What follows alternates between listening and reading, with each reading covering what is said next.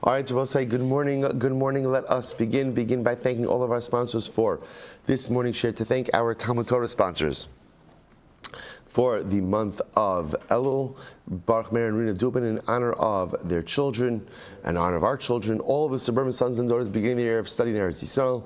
May their Torah study and mitzvos in the Holy Land merit the release of our precious hostages, the success of our soldiers, the return to their families, and the arrival of Mashiach Tzidkenu Mehira B'Yameinu. Amen. Our week of learning sponsors, Shasha Malki Rosenblum and Shalom and Zahava Rosenblum, Le'ilui Nishmas Yisrael David ben Moshe Herschel, the brother of Rabbi Gedalia. And our Daf Yomi sponsor for today, Arlene Pianco Groner, in memory of David Rosenblum, Yisrael David ben Moshe Herschel, Zichron Livrach. We hope that in the merit of our Talmud Torah, the Neshama will have an aliyah, the family a nechama, our hostages will be returned, B'karav, and our soldiers will be successful, B'chol Ma'aseh Yedehem.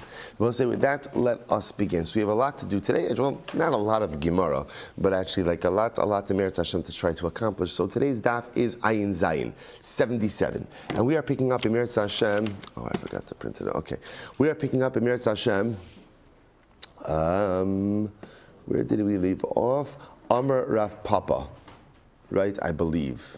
Amar Rav Papa. Good. So 1 second.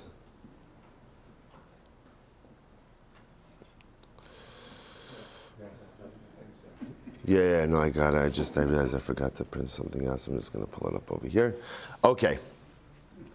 So we'll say, Amar Papa. So remember again, we have a number of different pieces outstanding over here that we're still trying to accomplish. So one of them is the machlokes between Rav and Shmuel. Ultimately, again, in terms of acquiring a boat itself, how does one acquire a svina? So that in Meretz Hashem we'll see. So the svina, and then in Meretz Hashem, in addition to that, we also have now our new machlokes, or our new discussion about osios, about how does one go ahead and acquire a shtarchov, a loan document. In other words, I loaned $1,000 to Ruvain. I now want to go ahead and give over that shtar to Shimon. How does that happen? So let's go. So we have machlokes about that as well. We saw the mechanics. What was very exciting about yesterday's daf is we saw the mechanics of Mashicha, of Masira, not so much Hagbah, but we saw the mechanics of those other kinyanim. Amar Papa. So Papa says as follows: Hi man, if I sell a loan document to my friend, so once again, I lent Reuven $1,000. I am the creditor. I hold that loan document. I now want to sell that to Shimon. So what is the halacha? What is that halacha? I have to go ahead and write a document of sale that says Kanihu b'chol shibuda debei. So Shimon, I'm hereby giving this over to you, and any encumbrances or any liens which are included therein. So in other words, we'll say, so what Rav Papa is essentially saying is that halacha l'maisa, when you sell a loan document, simple masira is not enough. Masira or mashicha is not, or masira is not enough, but rather again, there must be an accompanying document of sale in order to convey the full power of that shtar. Take a look at the Rashbam. Tzarach l'michtav lei shtar acher kani lecha uleferushe asad hilchos akirabanan depligi alei derebi va'amri ad sheyichtov v'yimsar v'gam balafari sheikh yichtov lahu shtar. So what's Rav Papa is saying, passing like the Rabbanan against Rebbe, right? Because Rebbe said that a shtar can be sold just with mesira. Right, that you don't need, that a shtarchov, osios niknos b'mesira. The Rabbanon said osios require a shtar as well. Rav Papa is passing like the Rabbanon, and therefore if you sell a loan document, then halacha l'maisa, you must include, or you must go ahead and utilize another document of sale as well.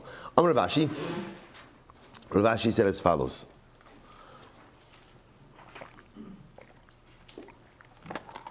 Rav Ashi. So Rav Ashi said, I said this over in front of Rav Kahana. So Rav Kahana said the reason that you could sell a loan document is because you include this shtar with this wording. Lo kasav lehachi, but if you did not go ahead and write a shtar like this, then lo kani. Okay, so what's it? Which means that osios, right, a loan document, could only be sold if it is accompanied with an actual document of sale. So Mesira is not going to be enough, there has to be a document of sale. So the Gemara says, here's what's interesting. So Rav Ashi is saying this over, and Rav Ashi says it doesn't make any sense. So what you're telling me is like this, right? Let's just play this out. I go ahead, I lend Reuven $1,000. Now I want to sell the debt. So I'm selling the debt to Shimon. So again, Rebbe will say, let's go with the other part. Rebbe will say, Mesira, I give over the loan document to Shimon, and we're done. That's the sale. The Rabbanan say, no, you must have an additional shtarchov, right? A shtar. You must have an additional document of sale. And our Papa comes along and says, in that document of sale, it has to say, Shmuel Silber is selling to Shimon a loan document, the chol shibuda debay, and any encumbrances that come along with this particular loan. So we'll say, so comes along Rav Ashi. Rav Ashi says, that doesn't make any sense. Why else am I giving over this document to Shimon? Right? Why must I give him over the document to Shimon? Well, to go literally again to be a bottle stopper, right? To go ahead and be a cork for his bottle. In other words, I'm not just giving him over a piece of paper. I'm giving him over a document that has power to it. So why else would I be giving him over the document if not to assign the loan? In other words, why does the shtar itself, the additional shtar, really become necessary?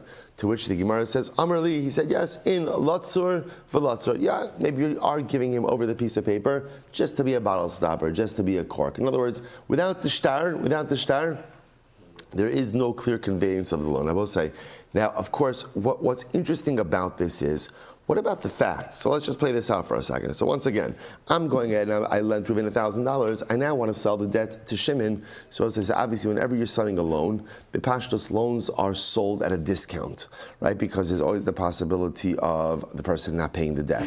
So I'm going ahead. I have $1,000 loan against Reuven, and I'm selling it to Shimon for $800. Okay. So I'll say, so essentially, what's driving Rav Ashi over here is, obviously, if Shimon's paying $800, what is he paying $800 for? What is he paying $800? What is he paying $800 for? A loan. What is he not paying $800 for? A piece of paper. So in other words, Rav Ashi is saying, isn't it clear? Isn't it just clear again from the money that is paid? That Allah L'maisa, he's buying a loan. Why do I need a supporting shtar?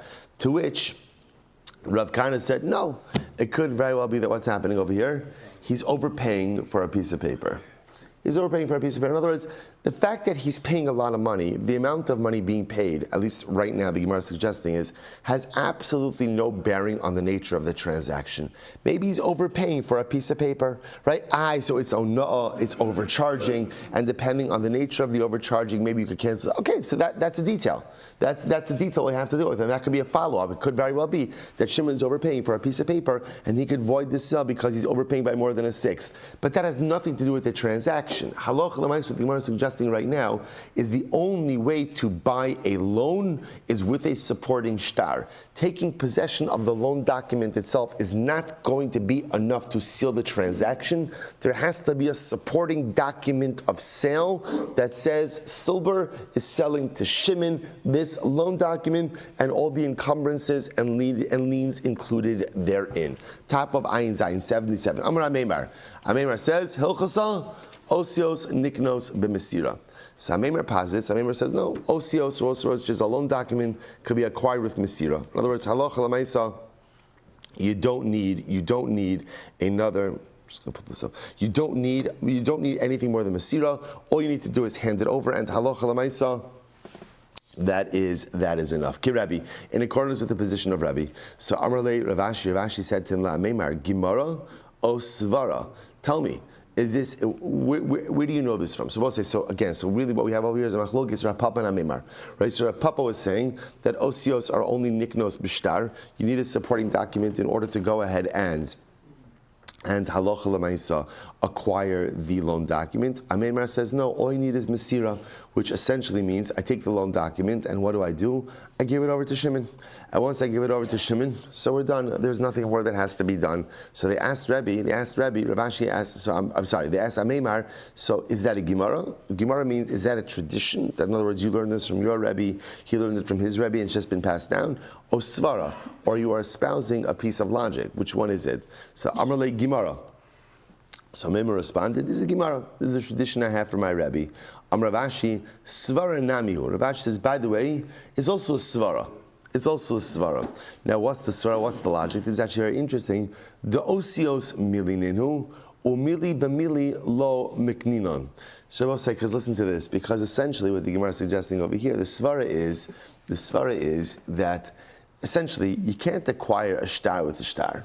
That's essentially what the logic is. That the loan document, right? The loan document, I lent money to Shimon, right? I lent money to Ruvain. So that's mili, that's words, right? That's words. It's words recorded in a document, but at the end of the day, it's words recorded in a document. So it doesn't make sense to say that the way to acquire words is through words. That the way to acquire a shtar is with a shtar. There has to be some type of other mechanism. Take a look at the Rashbam for just a moment.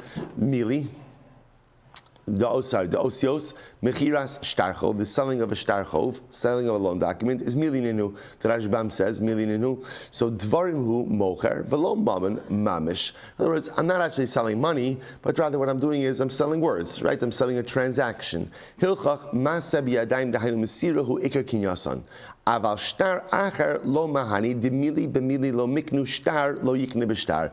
So I'll say this is interesting. Again, I don't know that it's the strongest svara, but the logic is you essentially can't acquire one document with another document. Rather, you need some other type of tangible kinyan in order to go ahead and convey ownership of a loan document. Okay, so the Gemara says, is that true? Mili b'mili lo makninon. Is that true that you can't acquire words with words? In other words, that you can't acquire a shtar with a shtar? But after all, the Gemara says, "Amar Rabba bar Yitzchak Amar Rav." So this is actually very interesting. But Rabba bar Yitzchak said in the name of Rav the following idea. Shnei shtaroseim. There are two different types of documents. Now, the truth is, of course, there are many more than two different types of documents. But for our purposes right now, there are two conceptual frameworks of documents. So listen to this. Zochu basada, or I should say two different cases. Very interesting. Zochu basada leploni, the kisu lo asashtar. So here's the case. I go over to two people, Reuven and Shimon. I say, Reuven and Shimon, here's what I want you to do. I want you, both of you, to acquire this field on behalf of Levi. They say, I want to give something to Levi, but I want Levi to acquire it now. So I call over two witnesses. I say, Reuven, Shimon, I want you to acquire it on behalf of Levi. Now, of course, why could Reuven and Shimon do that? Zachin la'adam shelo b'fanav. You could do something objectively beneficial for someone, even without their knowledge or not in their presence. So Reuven and Shimon, I want you to acquire the field on behalf of Levi, and not only that, then I want you to record the entire transaction in a document, and I want you to sign on the document. So this is like one-stop shopping. I'm getting everything over here. Reuven and Shimon are going to acquire it on behalf of Levi, and they're then going to write up the shtar and sign the shtar, therefore memorializing the transaction for Levi as well. So, but the lashon over here is very important. Zachu basada leploni. So I say, Reuven and Shimon, acquire the field for Levi, v'kisvu es hashtar, and write a document. So look at the Rashi for just a moment. Zachu b'sad zeh leploni, ani makna lachem b'suder zeh sad zu letzorach ploni, vein kana la'osa ploni k'mo shetziva lahem. Okay, so the Rashi says the kinyan suder. So I give it over to Reuven and Shimon. Reuven and Shimon acquire it on behalf of Levi, and then I tell them also write the shtar. So what's the halacha? Chozer b'shtar vein chozer b'sada. So let's say I changed my mind. So remember, obviously, if I changed my mind before I gave it over to Reuven and Shimon, that's fine, that's my prerogative. But after I give it over to Reuven and Shimon, I can't change my mind, right? They've acquired it on behalf of Levi. That's done. What I can change my mind about is the document, right? So let's say I give it over to Reuven and Shimon. I say Reuven and Shimon acquired on behalf of Levi. They acquired on behalf of Levi. Then I say, you know what? I don't want you to write a document. I will say, by the way, why would I change my mind about a document? Because remember, even though, let's say this is a gift, I don't want, a document has a call, right? A document always has publicity associated with it.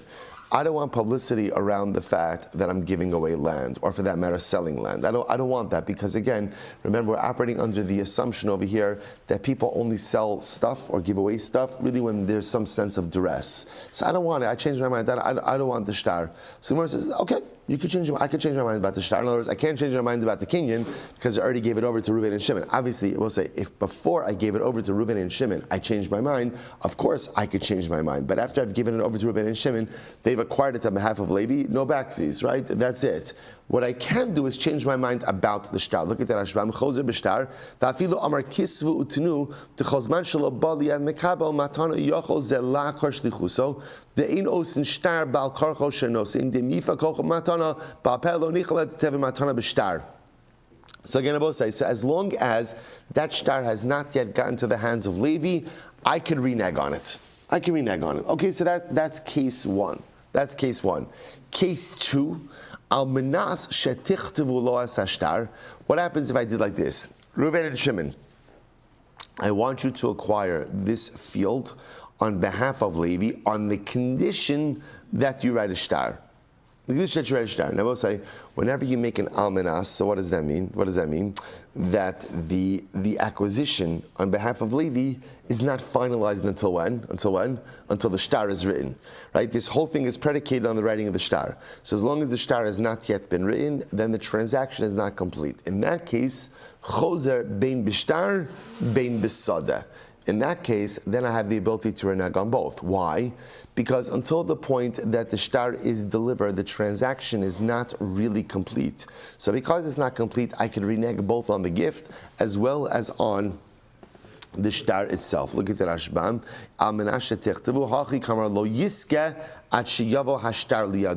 What that really means is as follows. Really, the way I'm constructing it is, Reuven and Shimon, I want you to acquire this field on behalf of Levi, but Levi doesn't acquire it until the shtar reaches his hands. That's the almanas. So therefore, again, up until the point that Levi actually gets the shtar, the transaction is not finalized, and therefore I have the ability to renege both on the land as well as on the shtar. Okay, beautiful. So far, so good. What does that have to do with our topic? So far, absolutely nothing. Rav Chiya bar Avin Amar Rav Huna shlosha shtarosein. In fact, there are really three shtaros. It's not just two cases. There's three cases. What's the third case? Trei hada amar. So two are the ones we just mentioned. Idach, the third case is im kadam mocher v'kasav esashtar. So this is very interesting. Take a look at the last Rashbam on the page. So im kadam mocher v'kasav means, let's say I'm the seller. As the seller, I went ahead and proactively wrote the shtar. Now, what does that mean? Take a look at the Rashbam. Mishetzarach lemos berotze limkar min nechasav lechavero upam shumose sofer v'kosev shtar mechira kidei shemezuman litno lolokeach kol shar sheyir limkar. So we'll say this is very interesting. So let's say again, now we're transitioning in this third case. Rav Chiya bar Avin is mentioning Rav Huna. This third case is a sale case. So we'll say, sale case is like this. I know that I need money. So I know the way I'm going to get money is I'm going to sell off property. So I go ahead and I'm going to be selling off land. So what happens? Obviously, to sell land, I need a shtar. To have a shtar, I need a sofer. Let's say I don't have constant access to a scribe, to a sofer. So it happens to be I'm in town one day, I see the sofer, I say, sofer, do me a favor. Write up for me a shtar that says that Silber is selling to Reuven, field A for $50,000. Now, that transaction did not happen, right? It did not happen. So we'll say, so at first blush, I would say, you can't write a shtar like that. You can't start writing shtaros about transactions that have not happened. Now, the reason I'm doing it is because for me, right now I have access to the sofer. I'm going to need the shtar. I anticipate paying. Therefore, I want to write it up for myself. Kosev es shtar. So Rav Chiya bar Avin says in Rav Huna that this is mutter. You're allowed to do this. Amud beis. Ke'osa sheshaninu. And we've learned this principle. Kosvin shtar lemocher. That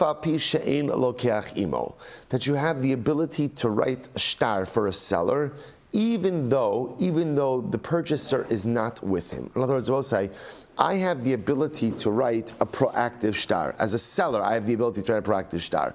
Now, again, look at the Rashbam, top Rashbam on 77b, Ayin Zayin Beis, Kosa Sheshaninu, Shemuter Lasos Kain, Afa Pi de Mechse Kishikra. Now, we'll say, here's what's interesting. You think about this, why should I be allowed to do that? That's a false document. That document is false. There's no transaction. It never happened. I didn't sell anything. Reuven didn't give me any money. So why am I allowed, the seller, why am I allowed to write that document? He says, this is very simply, the Ein Kan Hefsid L'shum adam ela lamocher atzmo. They both say there is only one person in peril by such a shtar, right? Who is imperiled by the shtar? Who? Only one person? Me, the seller. Right? Why? Because I have everything to lose and very little to gain. Because what could happen over here? What's the danger? If I lose that shtar, and Ruvain, or someone named Ruvain finds that shtar, right? I'm in big trouble. Because now someone else has a document that says I sold something to them. And if you're able to furnish that in Beis Din, you may be able to make a very compelling argument that could cause the extraction of property from me. So because I, the seller, am the only one in danger over here, the kan have shum adam elamocher atzmo shem yover ashtar yimtsen lokeach shakasav b'shmo yiton shalachol mena azamocher ve'i hu lo chai shlachi anon lo chai shena b'shvilo.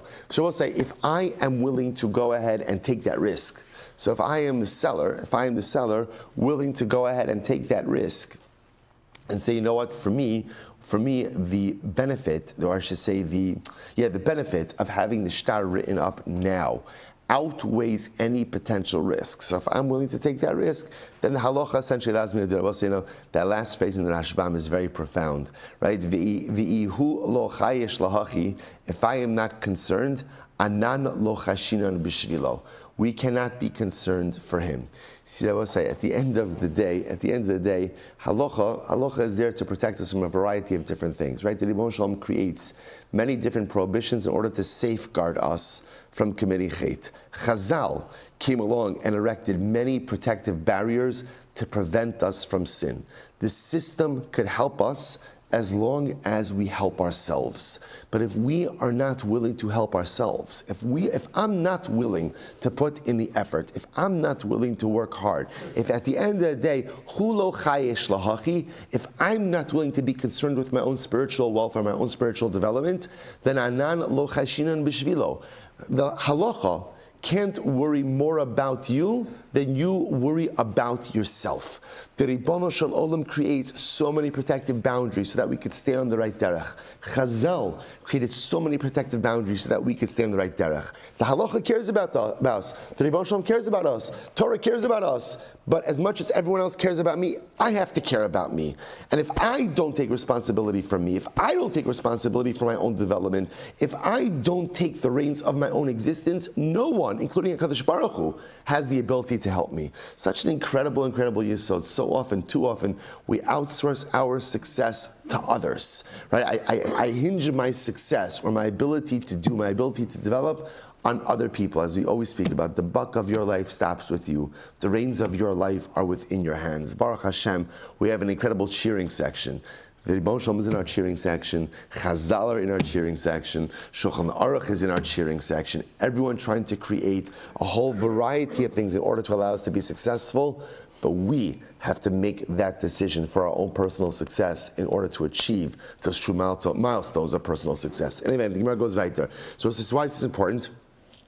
Now the Gemara goes on. The Gemara goes, so the Kosesh Shoshaninu, as we've learned, you can write a document of sale. You can write a document of sale for the seller, even though again the purchaser is not with him. And therefore, what's the halacha? Kevan shehechsek zeh bekarka nikna shtar bechol makom shehu. Now let's say now, and something interesting happens. So let's say now, let's play this out. So remember again, on a Tuesday, I went ahead, I found the sofer. So what did I do? I go ahead and I tell the sofer, can you go ahead and write up a document for me that says that I sold a field to Ruvain for $50,000. Great.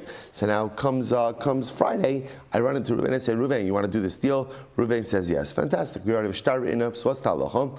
Once Ruvain goes ahead and takes possession of the karka, how do you take possession of karka? Let's say chazaka. Keep it easy, right? Chazaka, he puts up a fence. Once Ruvain takes possession of the karka, he acquires the shtar. Right, so that's and this is the principle that we've learned. Nechasim she'in achrayis niknin in nechasim sheish achrayis bekesef v'shtar v'chazak. And I will say this is a famous principle that we've learned many times throughout Shas. That literally, again, movable property can be acquired with real property with kesef, shtar, and chazaka. So in other words, once you acquire real property, you could acquire movable property along with it as well. So Reuven acquires the field, he acquires the shtar, which was already written before the transaction along with it. We'll say, what does this have to do with our topics? Remember again, what did we just say before? We just said before that Ameimar said that the halacha is that osios niknos b'mesira, right? That all you need to acquire a loan document is mesira, is giving over of the document, handing over of the document, and that you don't need a shtar. And in fact, again, Ameimar said, why don't you need a shtar? Because you can't acquire a shtar with a shtar. So the Gemara is now challenging that assertion. Is that true? In other words, you can't acquire words with words. The shtar essentially represents words, right? Because a shtar records a transaction that took place, words. So you can't acquire words with words. The Gemara says, really, is that true?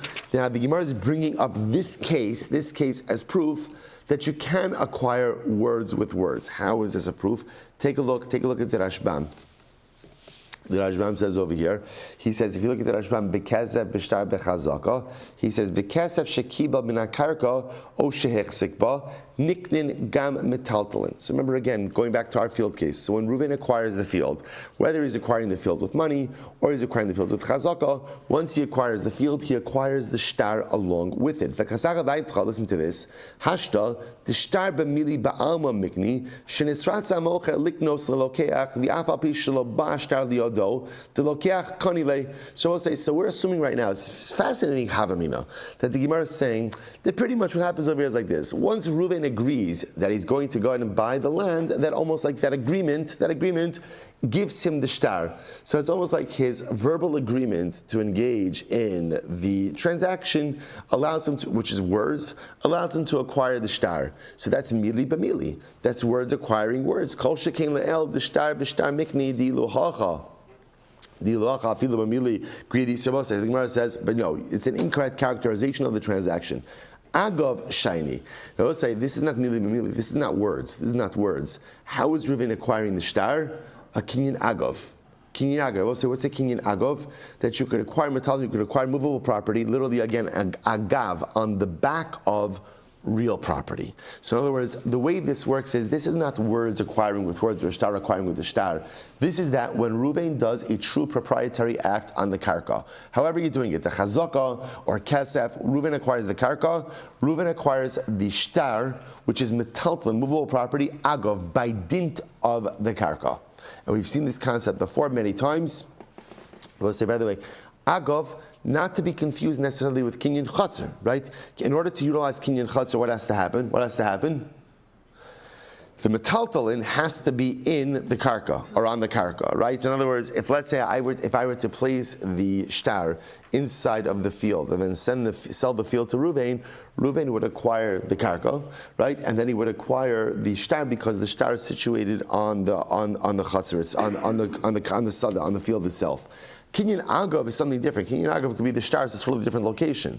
But what I could do is I could acquire movable property when I acquire real property. On the back of the real property, I could acquire the movable property as well. After all, we've learned the hamat beya. Take a look at a coin for a second. The lo nikni bechalipin. So a coin cannot be acquired through kinyan chalipin. Va'agav ara nikni. But yet a coin can be acquired agav ara. You could acquire money through a kinyan agav. So in other words, you could transfer ownership of money on the back of or by dint of real property. The Gemara tells a story over here. So we'll say, so therefore again, just even before we get to the story, so the point is the Gemara disproved this assertion. So really what we're left with over here is still a machlokes Rav Papa, ultimately again, and a meimar about how you go ahead and convey a loan document. Well, let's just finish up the sugi, then we'll go back to the halacha l'maisa. So the Gemara says as follows. So the Gemara just tells a story over here of acquiring money on the back of real property. So the Gemara says over here, listen to this. Daha kihad Rav Papa. It's a great story. We've actually had this before. Where does this appear? Bava Kama. So Gemara says kihad Rav Papa. How will they trace her alfei zuzei bechazai? It's interesting. Rav Papa had lent 12,000 zuz to some borrower in Bechazai. Rav Papa wanted his money back. Remember, we had this story? What was the problem? So Rav Papa wanted to send a shaliach. He wanted to send an agent. He wanted to send an agent to pick up his money. So we're going to see he sent Rav Shmuel Bar Acha to pick up the money. The problem was what? The problem was that the borrower did not want to give the money to Rav Shmuel Bar Acha. Why not? Because if something would happen to the money along the way, who would be responsible for the money? Right, the borrower. So really what the borrower really said to Rav Papa was, Rav Papa, if you want your money, I'm happy to pay it to you, come and get it. Because the borrower is saying, and understandably so, if I'm going to repay, I'm going to give the money to someone, I want to be done. I want to be done. I don't want to give 12,000 zuz to some shaliach, and then the shaliach falls asleep at the wheel, or whatever, he's robbed, or something else, some ones, and now suddenly the borrower says, I'm responsible still for another 12,000 zuz. So the borrower did not want to give the money to Rav Papa's shaliach. So Rav Papa had a great idea. So what did he do? So the Gemara says, so akninu nehilu Rav Shmuel Bar Acha agav aseifa debeisei. So what happened? So Rav Papa gave over to Rav Shmuel a portion of land, or literally again he gave him the threshold of his house. So he gave him karka. And through the karka, he gave him over possession of the 12,000 zuz. Now, only do this with someone who you trust very much. Because essentially what Rav Papa did is, he gave Rav Shmuel Bar Acha ownership over the money. So he gave him he conveyed him ownership of the money, agav karka. I'm giving you karka, and on the back of the karka, so to speak, I'm giving you movable property money. So now we'll say now Shmuel Bar Acha becomes the real owner of the money. So therefore now when Shmuel Bar Acha shows up in Bechozai, and they're willing to give him money. Why are they willing to give him the money? Why? Because this way when the borrower gives him over the money, they're done. So what happens? So now, Shmuel Bar Acha is coming back with the money. Ki asa, as he was coming back from Bechozai, nafak la'apei at tavach. So again, Rav Papa went out a far way to greet him. He was so excited. He was so grateful that Shmuel Bar Acha took this upon himself. Okay, so we'll say the point of that story was just to illustrate that halacha l'maisa, you could convey money through agav karka. Okay, so before we go on, so how do we paskin? So remember again, there's two outstanding halachas over here. Number one, I will say, is let's work backwards. How do you give over a loan document? So both say, so that Rambam paskins, like Rav Papa, that halacha l'maisa, if you want to go ahead and give over a loan document, you require both masira and the shtar. That's how the Rambam paskin. So again, let's play this out. I lent $10,000 to Ruvain. I now want to sell the document. By the way, it's sell or gift. It doesn't really matter. The point is, I want to assign this loan now to Shimon. Right? So whether Shimon's paying for it or Shimon's getting it as a gift, simply giving him over the loan document is not enough. The Rambam paskins, there has to be an accompanying shtar, and in that shtar it says, I, Silber, sell to Shimon this loan document, v'chol shibuda debei, and any liens and encumbrances that are included in this document as well. So it needs Mesira and a shtar. Incredible. That's how we pass it like that.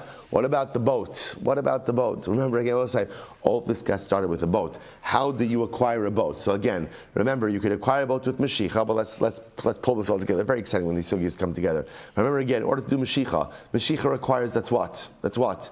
You're pulling it into your own domain, right? So remember, but presupposing you could do Mashiach, which either means either A, right, you're pulling it into your property, B, the boat is situated in jointly owned property, or C, it's in a simta.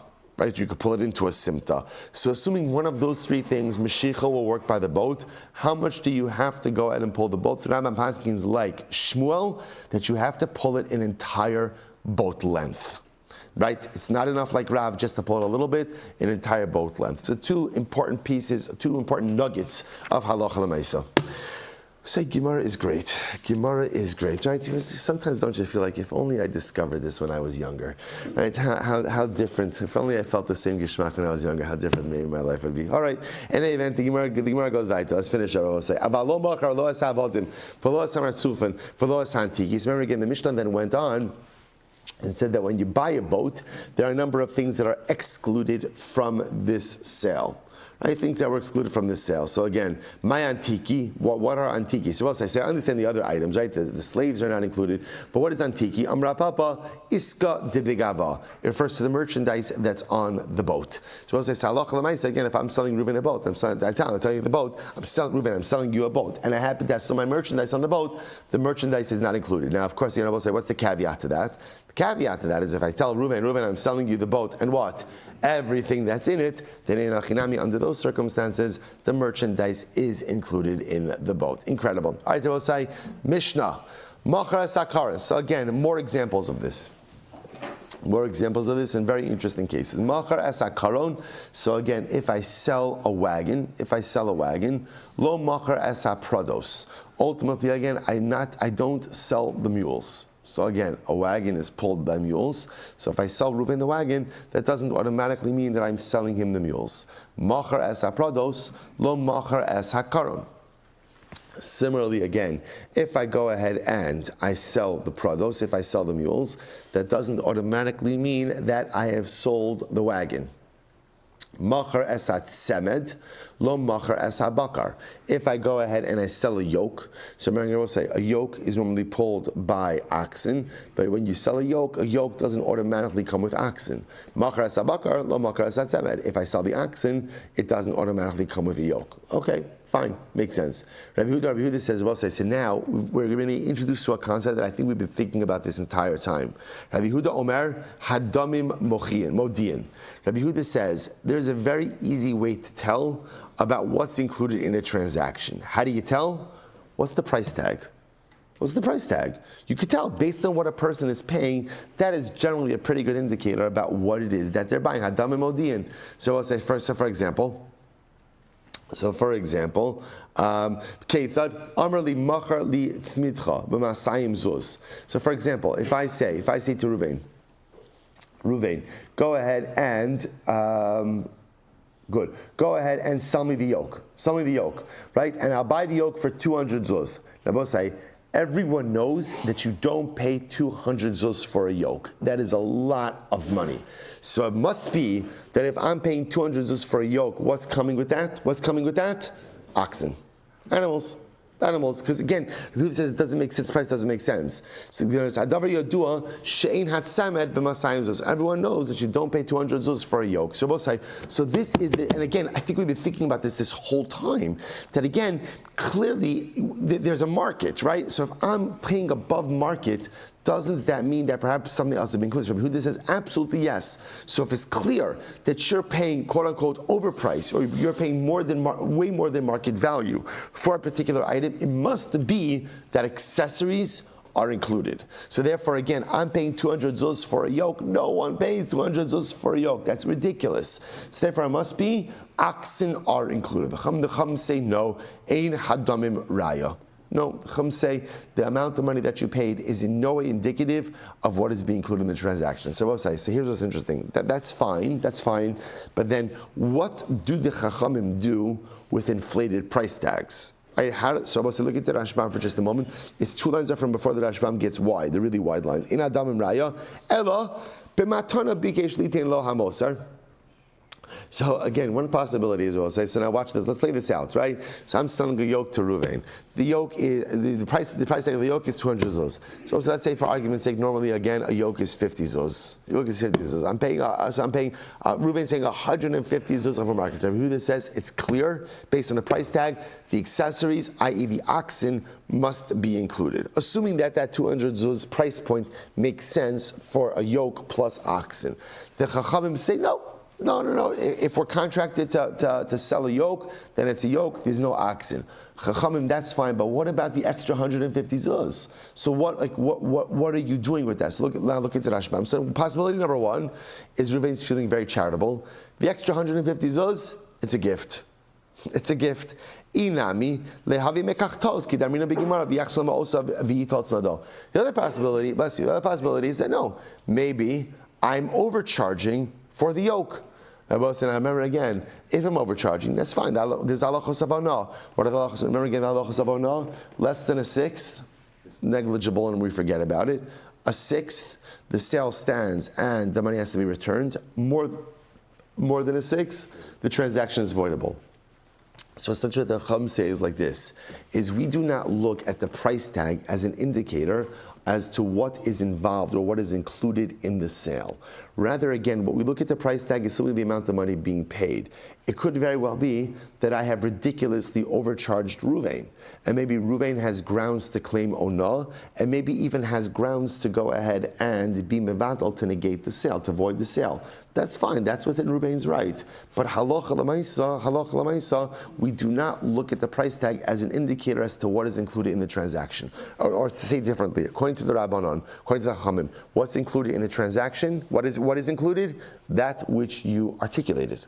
So if we're contracted to go ahead and buy a yoke, then we're talking about a yoke and no other accessories. Rabbi Yehuda, if the price tag is inflated, then we're probably talking about the yoke and the accessories. Fundamental machlokas. Rabbi says, let's get to the Gemara. Very exciting. So Tani Rav Tachlifa bar Ma'arava kamei de Rabbi Avo. So Machar asa karan, Machar asa pradus. So we'll say here's the problem. Rav Tachlifa bar Ma'arava, right of Eretz Yisrael, said before Rabbi Avo that if you sell the wagon, included in the sale of the wagon are the mules. So I'll say this is a contradiction. So Amrlei, so the Baha'anan Tanan, Baha'anan, Lo Machar Tanan. Here's the problem, we'll say.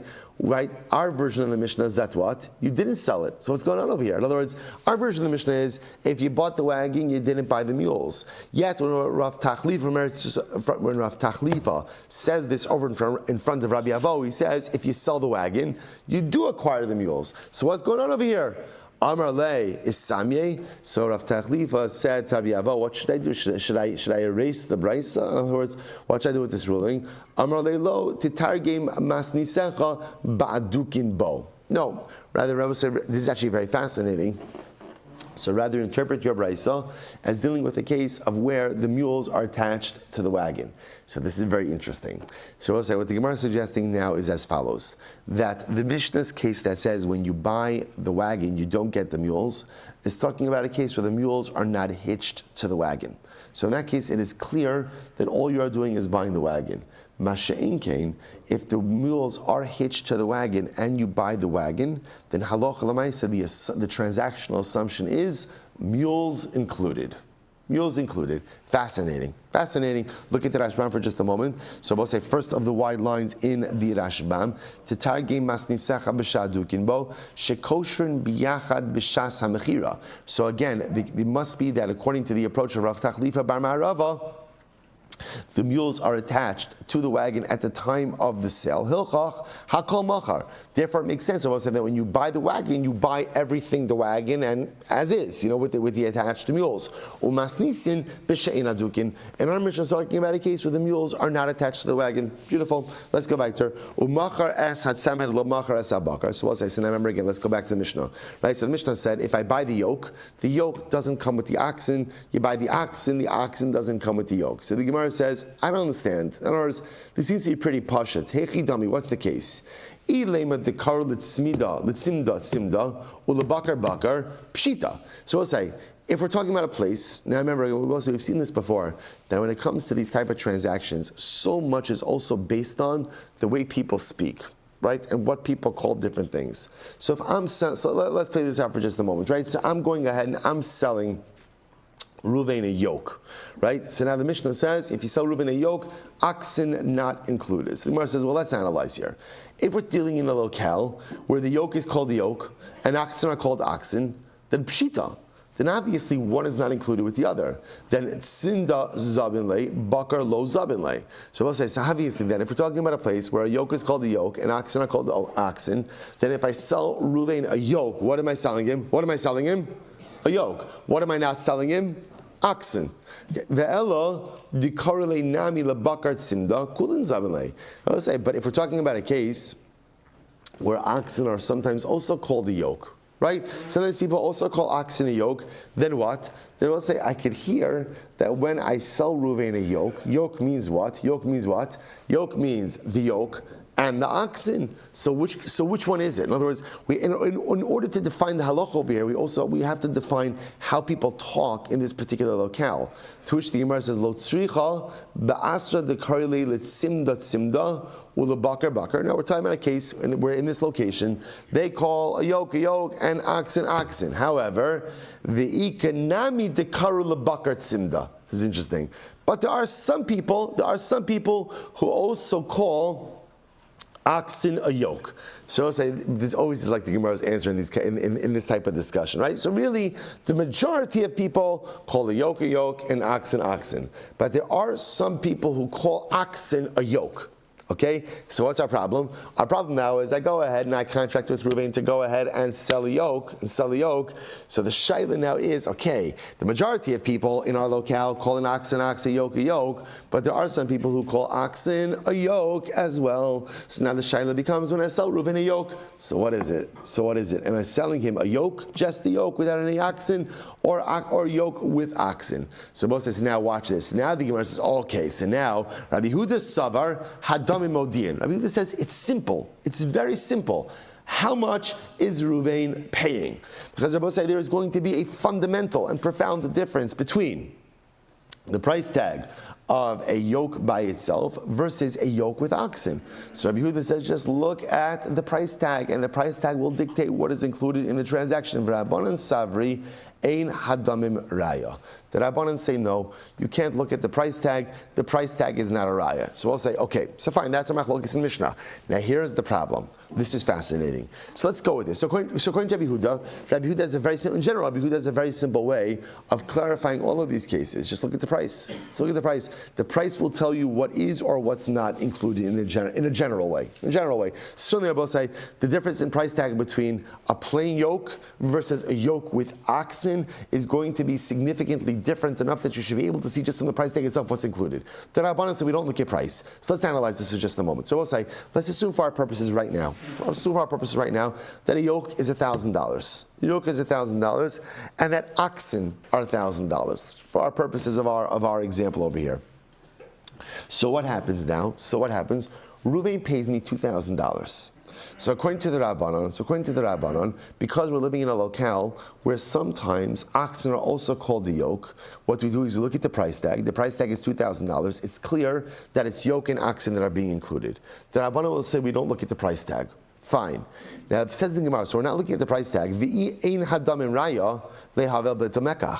Now, if we're not looking at the price tag, then I will say that means that Ruvain has effectively done what? He's paid $2,000 for a yoke, which Rabbi say translates in halacha to what? Oh no, and clearly more than the 1/6 threshold, in which case the transaction is voided. So the Gemara is asking over here is according to the Rabbanan, if you're not going to look at the price tag as indicative of what's included in the transaction, that means that if we contracted to buy a yoke, then it's a yoke, which means Ruvain way overpaid for a yoke. If he way overpaid for a yoke, then there's no transaction because it's ona. Ona voids the sale. So what's going on over here? Top of Ayin Ches, 78a. The Chitema. Bittul mekach l'Rabbanan leslu. So maybe you'll say the Rabbanan don't hold the bittul mekach. Maybe the Rabbanan don't hold that ona over a 6th voids the transaction.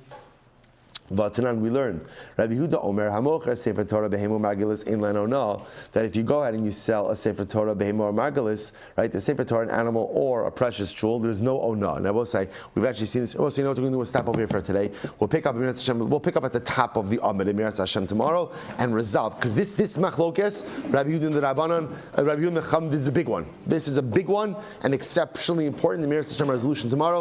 Shkoyach.